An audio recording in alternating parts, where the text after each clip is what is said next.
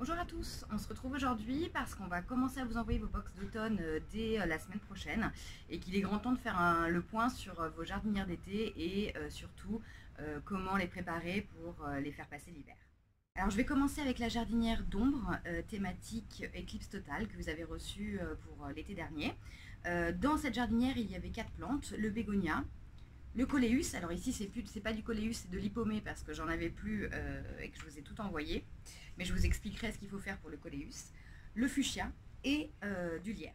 Le bégonia n'est pas une plante gélive, donc soit il y a deux façons en fait de lui faire passer l'hiver, soit vous la rempotez dans un pot et vous la rentrez pour en profiter en intérieur, soit on va attendre que le bégonia ne fleurisse plus et on va venir couper ses tiges et enlever le bulbe de terre pour le mettre hors gel et au sec.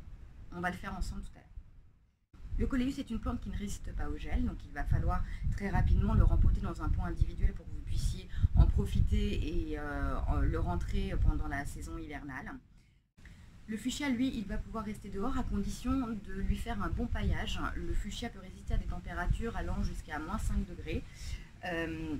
Mais à condition d'avoir un bon paillage. Si jamais les températures et si jamais on a un hiver rude, il faudra plutôt le rentrer pendant les jours de grosse gelée. Mais sinon, votre fuchsia peut tout à fait rester dehors. Le lierre, quant à lui, est une plante qui résiste à tout et à toutes les expositions. Donc le lierre, il n'y a pas de souci pour le laisser dehors cet hiver. Ce que vous pouvez faire, c'est soit le rempoter dans un pot individuel, soit vous en servir pour venir renforcer votre prochaine composition et venir ramener ce côté tombant sur l'avant de la jardinière. Alors comme tout ce qu'on va faire, à chaque fois que vous rempotez, à chaque fois que vous plantez, vous n'oubliez pas de mettre la bonne couche de billes d'argile au fond du pot, ça permettra de drainer. C'est important, là on arrive dans une saison automnale beaucoup plus humide. Il faut donc faire très attention à ce que les racines ne pourrissent pas. Je vous conseille d'enlever tout ce qui est secoupe sous les pots ou alors les jardinières où vous avez des réservoirs d'eau. Ça c'est très bien, pourquoi pas pour l'été, mais alors en automne et en hiver, ça va faire pourrir vos racines. Donc déclipsez-les et vous les remettrez à l'été prochain. Alors c'est parti, on va rempoter nos plantes d'été pour leur faire passer l'hiver. Donc je vais commencer par le fuchsia, donc important, toujours la même chose, on place des billes d'argile au fond du pot pour le côté drainant pour éviter que les racines pourrissent. On met du terreau, on positionne notre fuchsia et bien sûr le fuchsia, ce qui est important c'est le paillage autour. Donc n'hésitez pas à mettre une grosse couche de paillage sur le fuchsia, d'écorce de pin, pour permettre aux racines de se protéger du froid.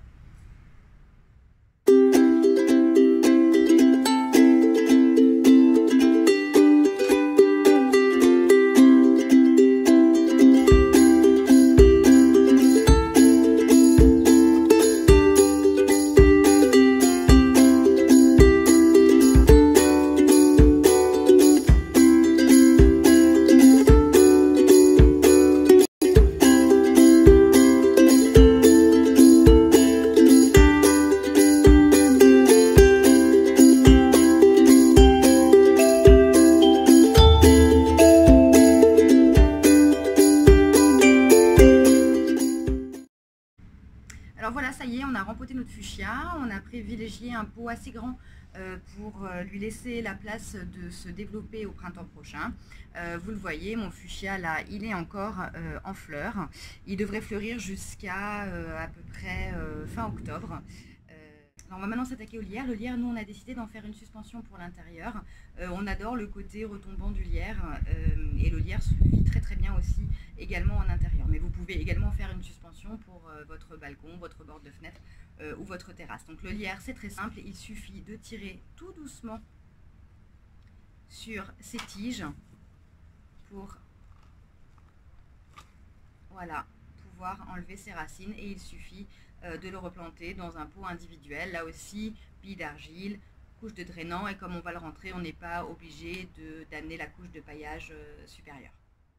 Alors il nous reste le bégonia. Le bégonia, s'il est encore en fleurs comme le mien, je vous conseille plutôt pour en profiter de le rempoter dans un pot individuel. Mais là je vais vous montrer, même si c'est un peu trop tôt, parce qu'il va falloir normalement attendre que la sève redescende vers les racines. Donc ça veut dire qu'il ne fasse plus de fleurs et que son feuillage commence un petit peu à faire la tête pour faire ce que je vais vous montrer là. Mais en fait, le bégonia, on va lui faire passer l'hiver en bulbe. Donc ce qu'il faut faire, c'est venir en fait couper à ras ici toutes les tiges et ensuite sortir le bulbe de terre. Donc c'est parti, on va faire ça.